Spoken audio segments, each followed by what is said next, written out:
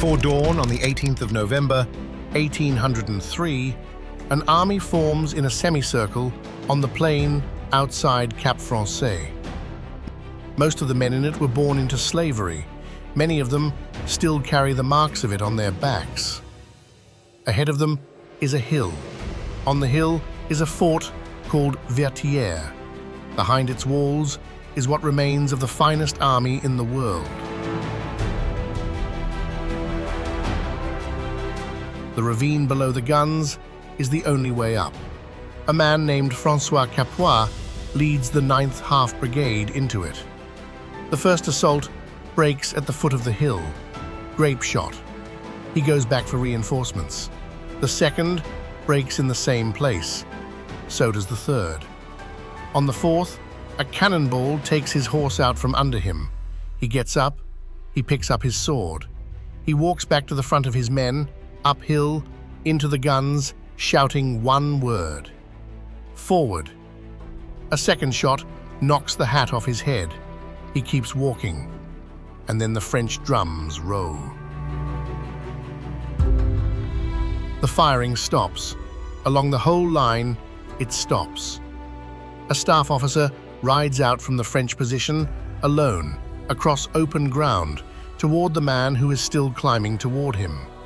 He calls out that General Rochambeau sends his compliments to the general who has just covered himself with glory. Then he salutes. He turns his horse, he rides back, and the battle resumes. By nightfall, 2/3 of the French defenders are dead or wounded. Rochambeau asks for terms. He is given 10 days to load what is left of his army onto ships and leave. The next morning, before the talks begin, another French officer rides out under a white flag. He is leading a horse. It is a gift from Rochambeau to Capois, sent to replace the one his army regrets having killed. Remember that horse. 6 weeks later, on the first day of 1804, the colony declared itself a country. It took back a name that Taino had used for this land long before anyone sailed here from Europe: Haiti, the land of mountains.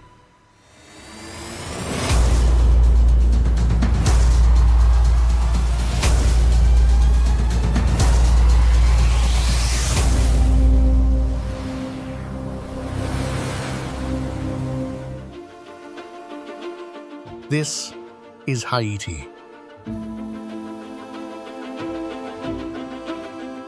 The army that lost at Vertières was not a garrison. It was an expedition. Napoleon Bonaparte had sent it 2 years earlier. 31,000 men under his own brother-in-law, with reinforcements that would eventually push the total past 60,000. Its orders were to remove the colony's leadership and return 500,000 people to slavery. By the time it left, roughly 4 out of every 5 of those men were dead. Yellow fever took most of them. The rest were taken on ground like Vertières. It is the only time in recorded history that an enslaved population fought a European empire for its freedom and came away with a country. And it redrew the map of North America. The Caribbean colony was the engine that made a French empire in the Americas worth having. Without it, the plan collapsed. Within months, France sold Louisiana to the United States. 828,000 square miles for roughly 3 cents an acre. The Mississippi, the Missouri, the Rockies, a third of a continent, sold because of what happened on a hill outside Cap Français. Which leaves a question with no comfortable answer. If that is where the story starts, why is Haiti today the poorest country in the Americas? The answer is not the one most people assume. It is not that the country failed, it is that the country was sent a bill.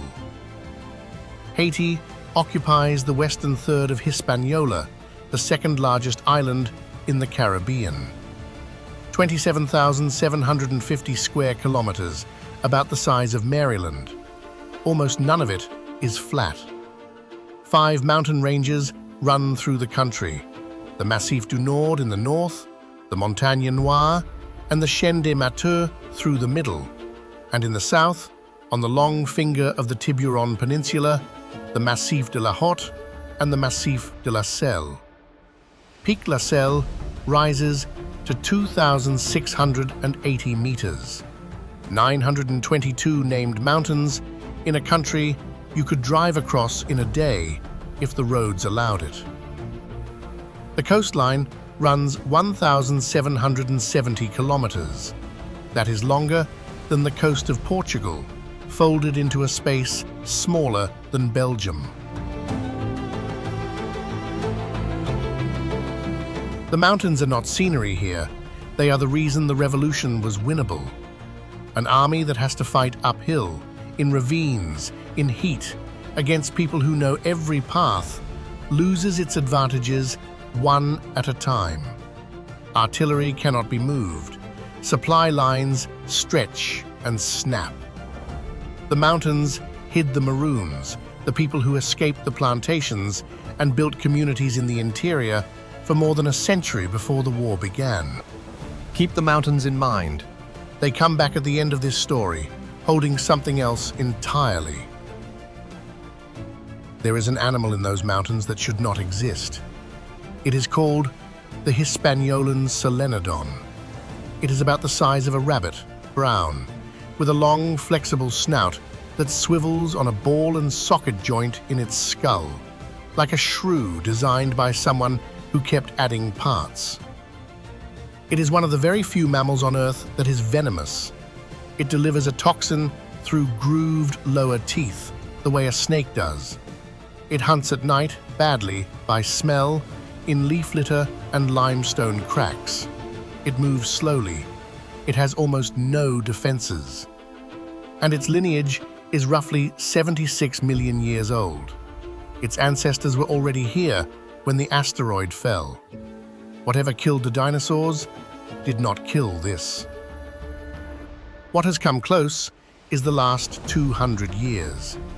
Hispaniola is the only island in the Caribbean where 2 native land mammals survived European arrival. The Solenodon is one. The Vertières, a small nocturnal rodent that feeds on roots and fruit, is the other.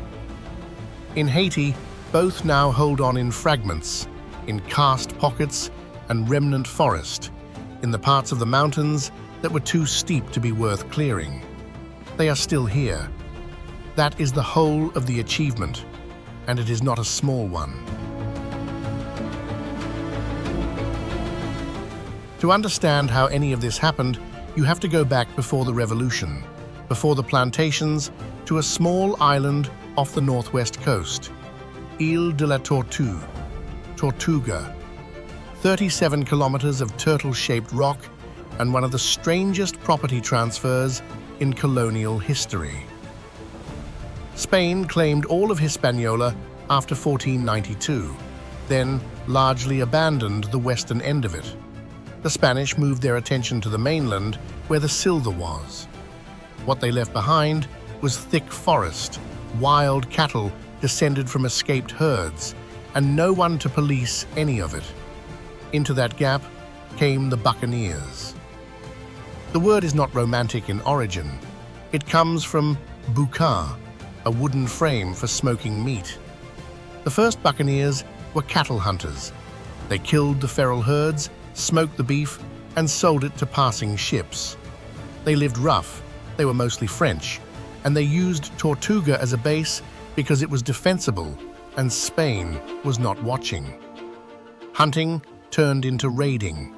Raiding turned into a permanent French presence on the coast opposite, and in 1697, in the Treaty of Ryswick, Spain formally handed over the western third of the island it had stopped using. France called it Saint-Domingue. Within 90 years, it would be the single most profitable piece of ground on the planet. The northern plain, stretching inland from Cap Français, is is flat, dark, and fed by rivers running off the Massif du Nord. It is close to perfect for sugarcane. The slopes above it, cooler and wetter, are close to perfect for coffee. By 1789, this one colony was exporting around 86,000 tons of sugar and 35,000 tons of coffee a year. It supplied roughly 40% of the sugar consumed in Europe and about 60% of the world's coffee. There were something like 790 sugar plantations and 2,800 coffee plantations packed into a territory the size of a small American state. Its trade accounted for close to 2/3 of everything France bought and sold overseas. It produced more wealth than all 13 British colonies in North America combined. The port city on the northern coast was called the Paris of the Antilles. It had theaters, coffee houses, wide streets, warehouses, whitewashed stone. Ships left it for Bordeaux and Nantes and returned with more people. Because this is the other half of the sentence. In 1789, roughly 500,000 enslaved people lived in Saint-Domingue, alongside about 30,000 free people of color and about 30,000 whites. 9 out of every 10 human beings in the richest place on earth were owned by someone else. 2/3 of them had been born in Africa, not because the trade was recent, but because the death rate was so high that the population could not replace itself. A working life on a sugar plantation here was often measured in single-digit years. Cane must be cut and crushed within hours or it spoils. So during harvest, the mills ran through the night and people worked shifts that did not stop. Boiling houses maimed, machetes maimed, disease and malnutrition did the rest. To hold the population steady, the colony was importing tens of thousands of new captives every year. By the late 1780s, more than 40,000 annually. The richest ground on Earth and the shortest lives on Earth were the same square kilometers. Not by coincidence, by design. One produced the other. The wealth was real. Every livre of it was extracted from bodies that were being used up on a schedule. On the night of the 14th of August, 1791, in wooded ground in the northern hills, a group of enslaved people meet in secret. There is a storm. Accounts differ on the details, as they will for 2 centuries afterward, and it is worth saying plainly that some of what is told about this night is history, and some of it is memory that has hardened into shape. What is not in dispute is that a man called Dutty Boukman is there, a voodoo priest and a plantation leader, and that a priestess named Cecile Fatiman is there with him. A pig is sacrificed. An oath is sworn. Representatives from plantations across the plain carry the plan back with them. 8 days later, the northern plain is burning. More than 1,000 plantations are destroyed in the first months. The colonial militias cannot contain it. Boukman himself is killed by French forces that November, less than 3 months in. He does not see any of what follows. Very few of the people who started this saw the end of it. That is true of most revolutions, and it is worth saying out loud, because the version that gets told later is always tidier than the 13 years that actually happened. Somewhere on those plantations, in a kitchen garden, someone was growing a squash. It was a variety brought into cultivation by the indigenous people of these islands long before Europeans arrived. Giromon, turban squash. The enslaved grew it, harvested it, cleaned it, and cooked it into a rich soup for the people who owned them. And they were forbidden to eat it. It was considered a dish above their station. Hold on to that squash as well. The man who turned a rebellion into a war was born on a plantation near Cap-Haitien around 1743 and was called Toussaint. He was enslaved for the first half of his life. He worked with animals, learned to read, learned herbal medicine, and was freed some years before the uprising began. When it began, he was nearly 50. What he did over the following decade is difficult to overstate. He built a disciplined army out of plantation laborers. He defeated Spanish forces, then British forces, then negotiated the French into recognizing him. He took the Spanish side of the island. By 1801, he governed all of Hispaniola and had written a constitution that abolished slavery permanently and named himself governor for life. He took the name Vertières, the opening. In June of 1802, a French general named Jean-Baptiste Brunet invited him to a meeting. Toussaint Louverture went. He was arrested on arrival, put aboard a frigate called the Creole with members of his family, and shipped across the Atlantic. They imprisoned him at Fort de Joux, a stone fortress high in the Jura Mountains near the Swiss border, in a cold cell that can still be visited. He was locked in on the 24th of August, 1802. He never left it again. His guards wrote to Paris describing constant fever, stomach pain, vomiting, swelling. No doctor was ever sent. He died there alone on the 7th of April, 1803, and was buried in unmarked ground.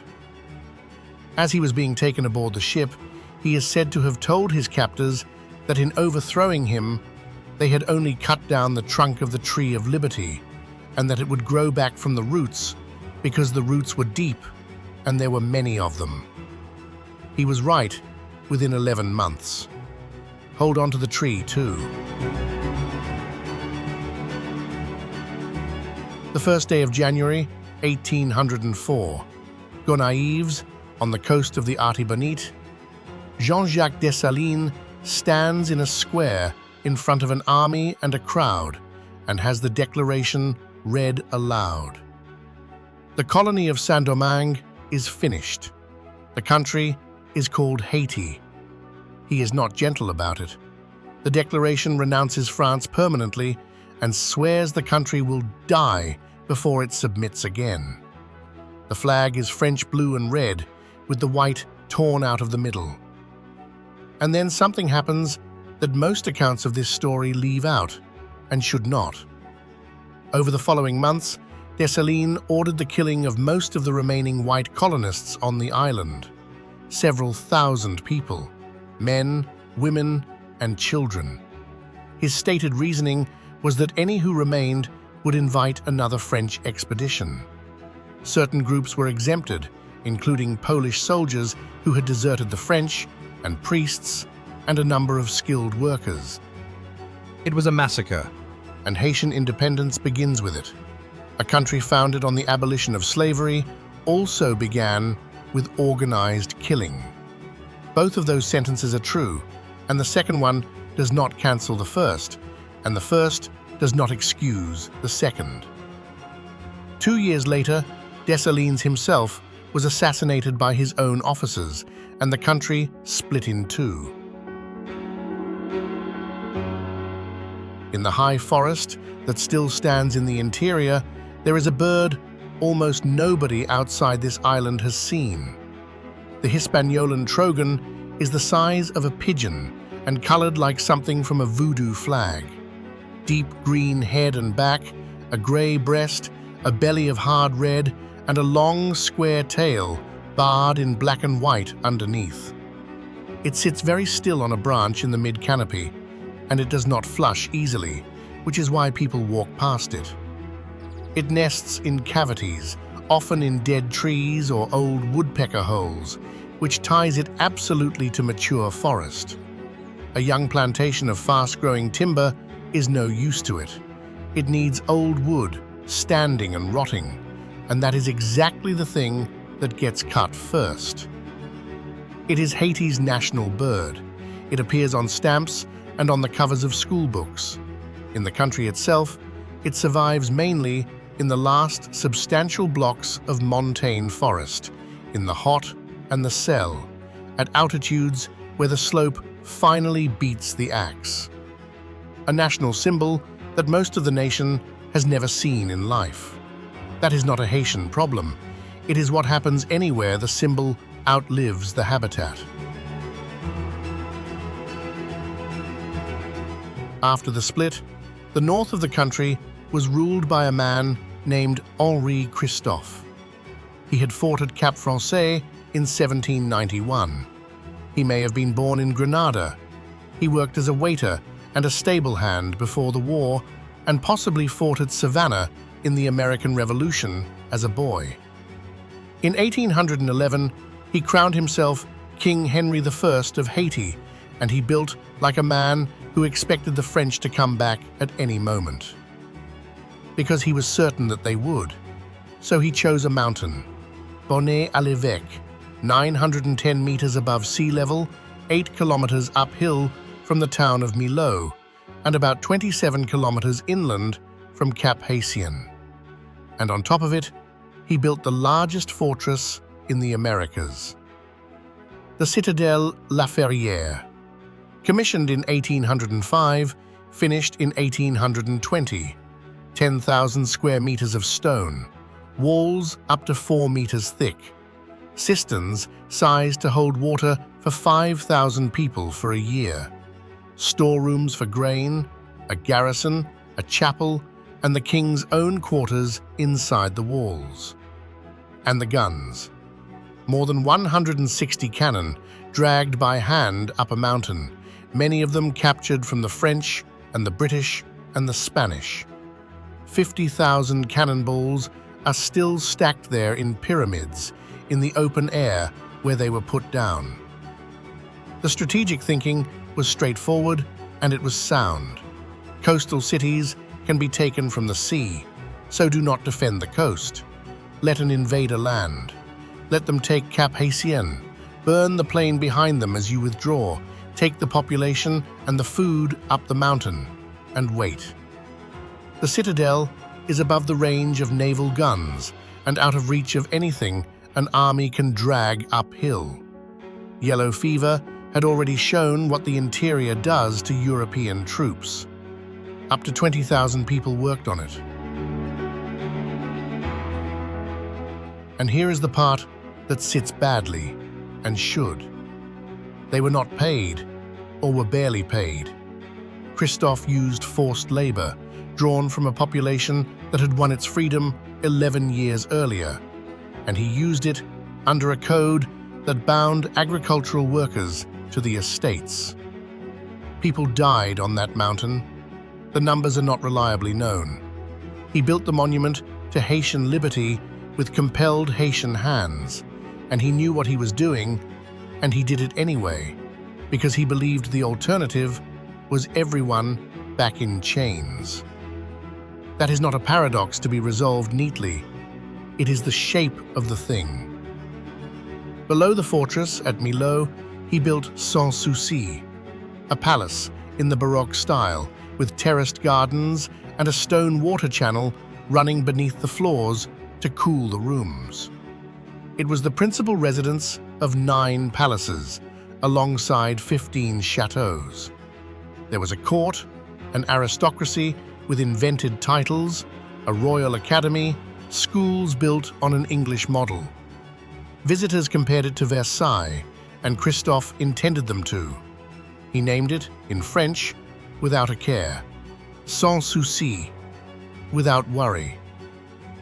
There was also a man named Sans Souci, a colonel, a rival, an insurgent leader who had refused to follow Christophe and had called him a traitor to his face. Christophe invited him to a meeting at a nearby plantation and had him and his guards killed with bayonets when they arrived. Then he built the palace on the ground at Millau and gave it that name. In 1820, Christophe suffered a stroke. Facing a mutiny he could no longer put down, he shot himself, reportedly with a silver bullet. He is buried inside the citadel, under a slab of stone, in the fortress he built. The palace stood for 22 more years. On the 7th of May, 1842, an earthquake brought most of it down. It was never rebuilt. The shell is still there, roofless, with grass growing on the terraces and the doorways standing open onto sky. And the fortress on the mountain above it has never fired a shot in anger, not once. In 200 years, no French army ever came up that hill, which does not mean France never came back. The high country in the southeast is a different Haiti altogether. Above about 1,500 meters, in the Massif de la Selle, the air goes cold and the vegetation changes. Cloud settles into the valleys in the afternoon and does not lift. There are stands of Hispaniolan pine, some of them tall and old, and beneath them a wet floor of ferns and moss. At the top, at 2,680 meters on Pic La Selle, it can approach freezing at night. In the Caribbean, Parc National La Visite protects part of it. In the pines, you can find the La Selle thrush, which lives nowhere on Earth but this island and this altitude band, and the white-winged warbler, which is the same story. The forest here has been isolated for so long, on a range that was itself once a separate island, that its inhabitants have had time to become their own thing. The pressure on it comes from below, and it comes for a reason that is not complicated. Most households in Haiti cook with charcoal. Charcoal is made from wood. Wood comes from trees, and the trees that are left are uphill. So the cutting works its way up the slope, year by year, following the last of the fuel. Estimates of remaining primary forest cover in the country run in the low single digits of a percent. It is easy to look at a satellite image of Hispaniola, where the border between Haiti and the Dominican Republic is visible from orbit as a line between green and brown, and read it as a moral verdict. It is not one. It is an economic one. A household that can afford propane does not cut a tree. A household that cannot, does. The line on that satellite image is a line between two states with different histories, different debt loads, and different amounts of money, drawn on the ground by people trying to cook dinner. West of the Selle, across a low neck of land, the Tiburon Peninsula rises again into the Massif de la Hotte. About 2.5 million years ago, this range was separated from the rest of the island by a channel of open sea. For a long stretch of geological time, La Hotte was its own island, with its own evolution running independently a few dozen kilometers from its neighbor. The results are still there.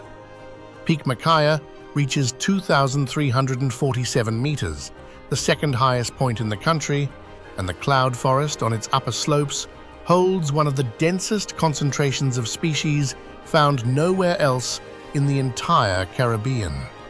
Plants, reptiles, birds, and above all, amphibians. Haiti has the highest proportion of threatened amphibian species of any country on Earth. That statistic exists almost entirely because of this one mountain range and what has been happening to it. There is a frog on Pic Mackaya, small enough to sit on a fingernail, that was believed to be extinct. It is called the Hispaniolan ventriloquial frog. It is between 18 and 22 millimeters long. It weighs less than a gram. It lives in cloud forest above roughly 1,100 meters, and it has only ever been recorded at a single site in the world. Its name comes from what it does with sound. Its call does not sound like a frog.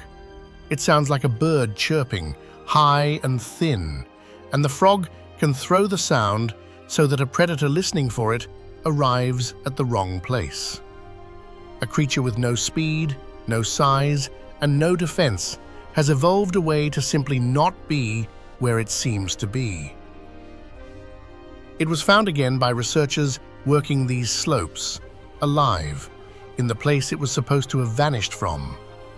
It shares the mountain with the Macaia breast-spotted frog and the short-nosed green frog, both of which are also confined to this range and nowhere else. They do not have a large margin. Their entire world is the wet forest on the top of one massif on one peninsula of one island. But they were written off, and they were still there when somebody went and looked. That happens more often in this country than the reporting suggests.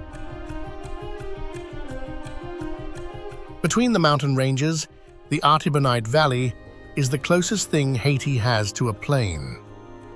The Artibonite River Is the longest on Hispaniola, 321 kilometers, rising in the Dominican Republic and running southwest into the Gulf of Gonave. Its floodplain is the country's rice bowl. In the wet season, the paddies fill and the whole valley turns a flat, hard green, worked by hand and by ox, with the mountains standing over it on both sides. This is the ground that fed the colonial machine and fed the country afterwards. And here is the sentence that is difficult to write. The territory that once supplied a large share of the world's sugar and the majority of its coffee now imports the clear majority of the rice its people eat. Not because the soil failed, because in the 1980s and 90s, tariffs that protected Haitian rice were cut sharply under external pressure, and subsidized foreign rice arrived cheaper than the local crop could be grown. Farmers in this valley could not sell at the new price. Many stopped farming. Many moved to Port-au-Prince.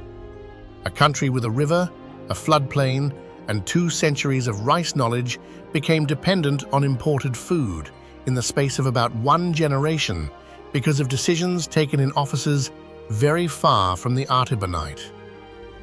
One of the men who signed off on that policy later apologized for it publicly, by name, and said it had been a mistake and that it had not worked. That is unusual. It is also, for anyone in this valley, 40 years late. There is a story about this country that almost nobody tells, and it happened in a harbor on the south coast. On the 24th of December, 1815, a defeated revolutionary arrived at Les Cayes with a few hundred followers, no money, no ships worth the name, and no allies. He had been refused help in Jamaica. He had been refused help in London. His campaign in Venezuela had collapsed. His name was Simón Bolívar. The man he came to see was Alexandre Pétion, president of the Southern Republic. Pétion was born in Port-au-Prince, sent to the military academy in Paris in 1788, and had fought first for France and then against it. He gave Bolívar shelter for his people. Then he gave him a small fleet, food, money, a printing press for propaganda, and weapons for thousands of men, including roughly 4,000 muskets and 15,000 pounds of gunpowder. Haitian sailors and Haitian veterans of the Revolution went with him. For this, Pétion asked for one thing: not money, not territory, not a treaty. He asked that Bolívar abolish slavery in every land he liberated. Bolívar sailed on the 31st of March, 1816. The expedition failed. He came back to Jacmel in September, and Pétion resupplied him and sent him out again. That time it held. Bolívar proclaimed abolition, and over the following decade, Spanish power broke across Venezuela, Colombia, Panama, Ecuador, Peru, and the country that would take his name. He later said that Alexandre Pétion should be remembered as the true liberator of his homeland. Pétion refused the credit. By tradition, his answer was to name no one and simply free the enslaved wherever he went.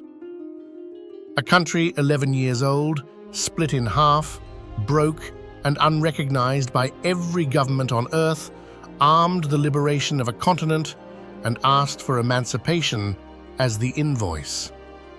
Remember that too. It matters later. On the south coast, 3 hours over the mountains from the capital, is Jacmel. It was founded in 1698 and grew rich on coffee.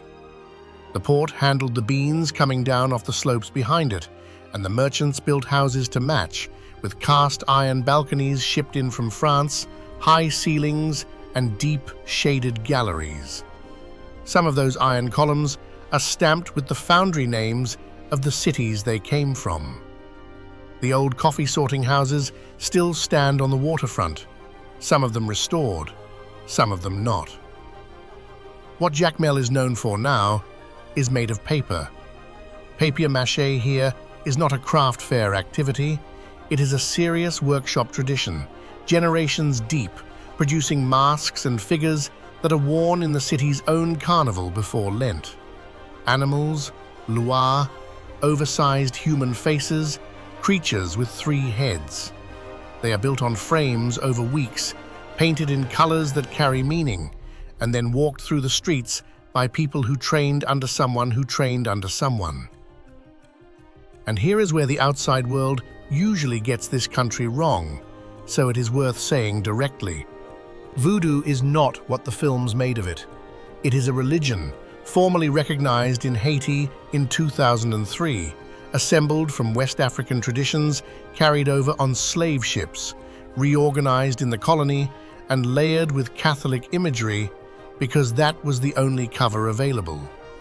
Its symbols, the veve, are drawn in cornmeal on the ground, and are also, if you look, worked into the ironwork of houses and the sequins of ceremonial flags. Those flags, the drapeau, are stitched with thousands of beads and now hang in galleries as art. The reason the outside world made voodoo frightening is not mysterious either. A religion that helped organize the only successful slave revolution in history was always going to be described, by the people who lost, as something dark. That version traveled further than the truth did.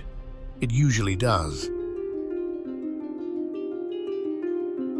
The country is small enough that everything is a short distance from everything else, and strange enough that the short distances do not help. North of Port-au-Prince, past Mirebalais, the Sodo waterfall drops through a screen of trees into a pool. Every July, for 3 days, thousands of pilgrims come and stand under it, in white, to bathe. It is a voodoo site, and a Catholic one at the same time, and nobody there finds that a contradiction. At Croix des Bouquets, in the district of Noailles, the sound is hammers. Artisans there cut flat sculpture out of flattened oil drums, a technique called faire découper, turning industrial waste into trees of life and mermaids and saints. Above Jacmel, Bassin Bleu is a chain of cobalt pools linked by waterfalls, reached by a scramble down a rope. Off the southern coast, Île à Vache, the Taino Iabake, is 52 square kilometers of low green island and quiet water. In the Gulf sits Île de la Gonâve, an island inside the bay of the mainland it belongs to. On the eastern border, Étang Saumâtre, also called Lake Azuay, is Haiti's largest lake, brackish and rimmed with reeds, and it holds American crocodiles and enormous numbers of water birds. At the far northwestern tip, Môle Saint-Nicolas was the last place in the country the French still held in 1803. On the northern coast, behind a fence, cruise ships still dock at Labadie, and passengers step out onto a beach that most of them are not told is in Haiti. At night, in the countryside, the fields fill with small, moving lights. The Haitian Creole word for a firefly is hukui. It is a word children learn early, and it stays in the language as an image for something that flickers and cannot be held. The insect itself runs on chemistry, a compound called luciferin, an enzyme, oxygen, and the light comes off almost entirely as light rather than heat. Almost no energy is wasted. It is one of the most efficient light-producing reactions known, and it is being used to say one thing to one other insect in a specific pattern for a few weeks at the end of a life spent mostly underground as a larva. The rural parts of this country have very little electric light, which means that on a clear night in the hills, in a place with no grid, the brightest things moving are still doing what they were doing before anyone built a plantation here. Now go back to 1804, to the moment the country is declared, and look at the situation it is standing in. Haiti is the second independent nation in the Americas, and the only one in the world created by enslaved people who freed themselves. Every major power in the Atlantic runs an economy that depends on slavery. The United States, whose southern states are built on it, will not recognize Haiti for 58 years. Britain will not. Spain will not. France certainly will not, and continues to describe the country as a colony in rebellion. So the problem is not only that nobody will trade openly with Haiti, the problem is that the mere existence of Haiti is an argument. A functioning black republic in the middle of a slave-holding Caribbean is proof, standing in daylight, that the entire justification for the system is false. Planters in Jamaica and Cuba and South Carolina read the newspapers. So do the people they own.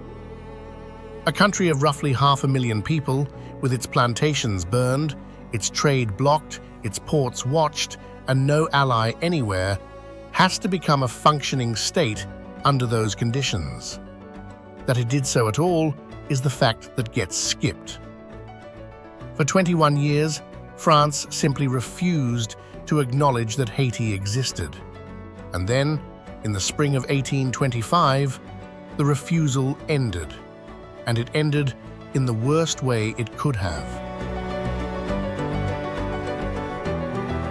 The 17th of April, 1825. The harbor at Port-au-Prince. 14 French warships are anchored offshore. Around 500 guns are within range of the city. They have not come to invade. Nobody is landing.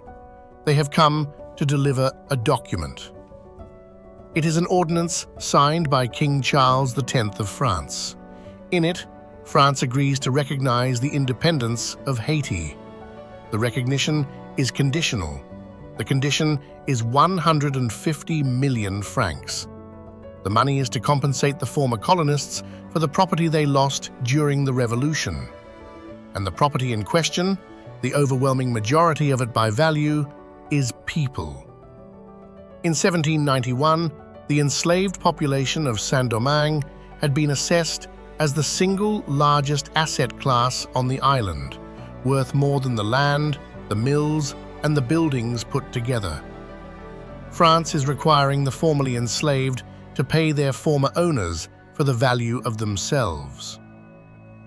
President Jean-Pierre Boyer signs it. There is an argument, still running 200 years later, about whether he had any real choice with 500 guns in the harbor and a French fleet in the Caribbean. What is not in argument is what the signature did. Because Haiti did not have 150 million francs, nothing like it, the sum was roughly 10 times the country's entire annual revenue, and it was set at a level that exceeded any reasonable valuation of the losses it claimed to cover. So Haiti borrowed the first installment from French banks. That is the mechanism, and it is worth slowing down for because it is the whole story. Haitian farmers grow coffee. The Haitian state taxes the coffee. The tax revenue goes to a French bank to service a loan that Haiti took out in order to pay a French indemnity, which exists to compensate French families for having lost the right to own Haitians.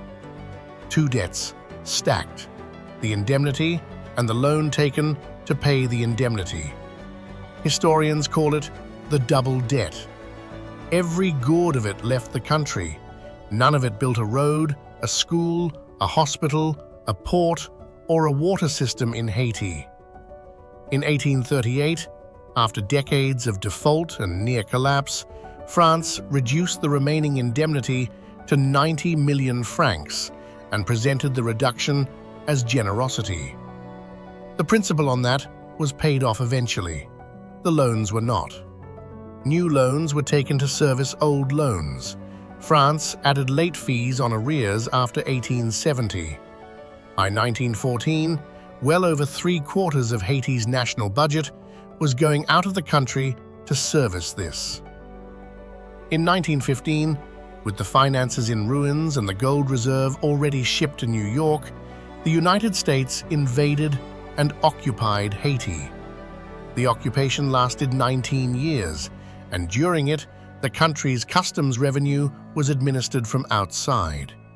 The final payment on debt, traceable to 1825, was made in 1947. 122 years, 6 generations. A child born the year the ships arrived in the harbor would have had to live to 122 to see the end of it. An analysis of the archival payment records estimated the indemnity payments alone at around 112 million francs, several $100 million in modern terms, and calculated that the wider drain of the double debt cost the Haitian economy something in the range of $21 billion in growth that never occurred.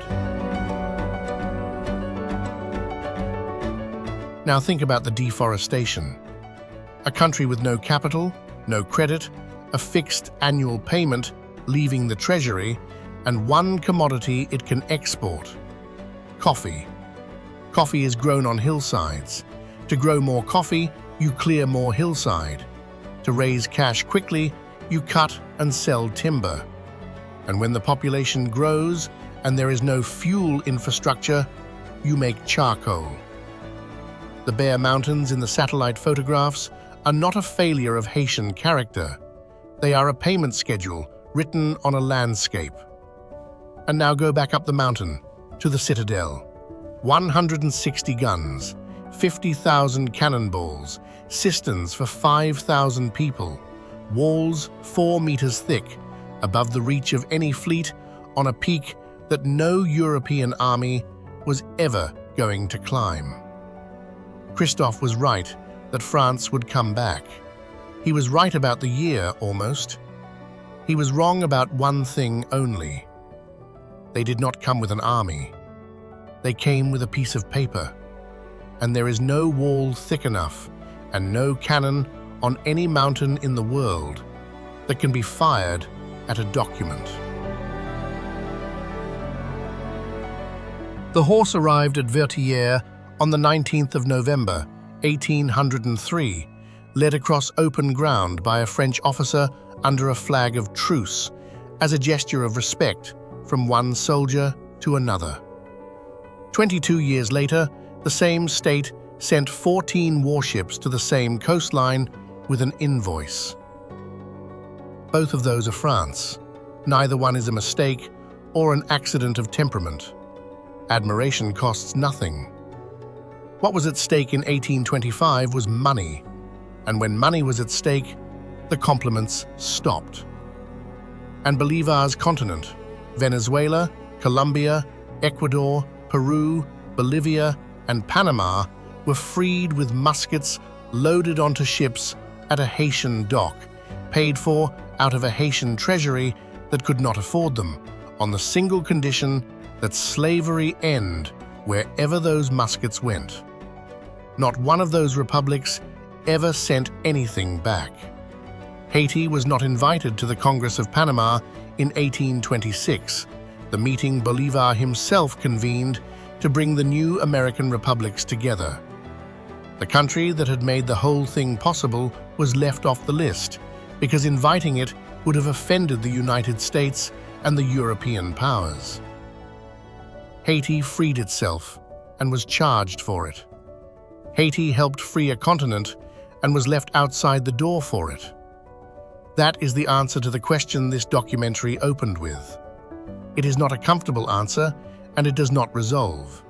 It just sits there, in the record, in the payment ledgers, waiting for anybody to read them.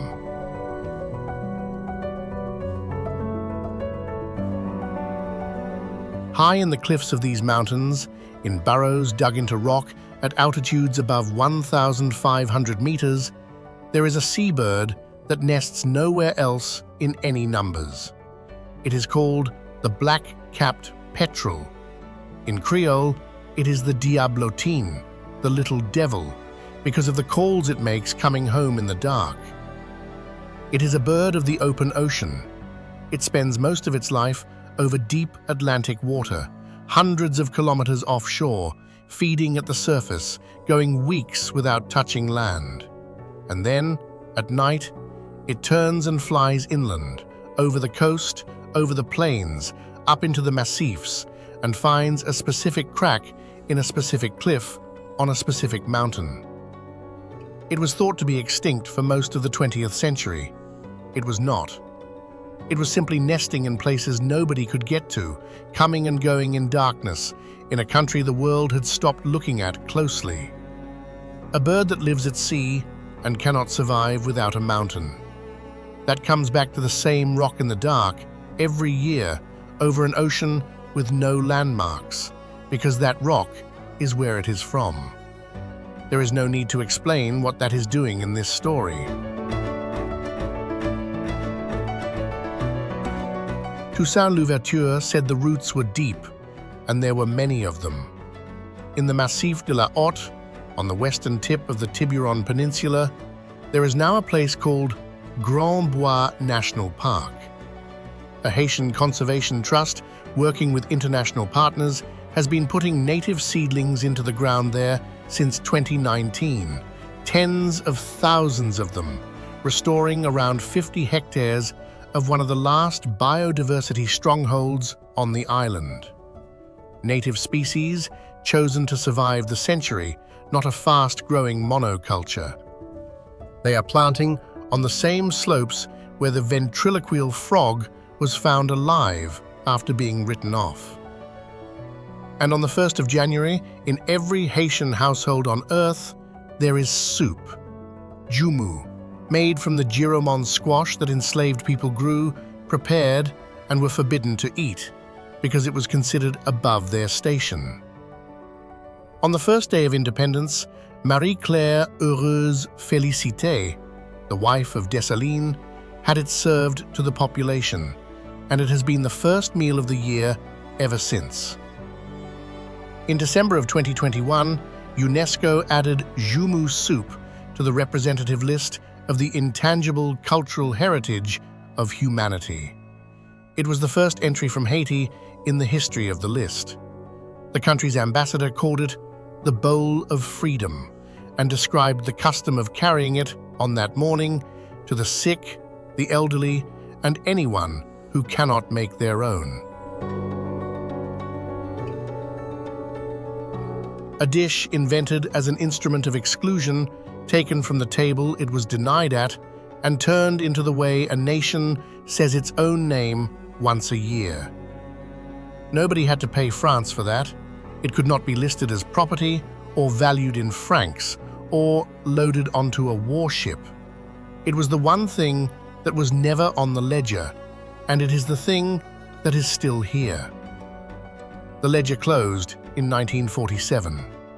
Nobody in Haiti chose that year or the 122 before it. But the squash goes in the pot on the 31st of December in Port-au-Prince and in Jacmel and in Brooklyn and in Montreal, and the seedlings go into the ground at Grand Bois, and the petrel comes back over the water in the dark and finds the cliff. The roots were deep. There were many of them. Thank you for watching. Until the next journey.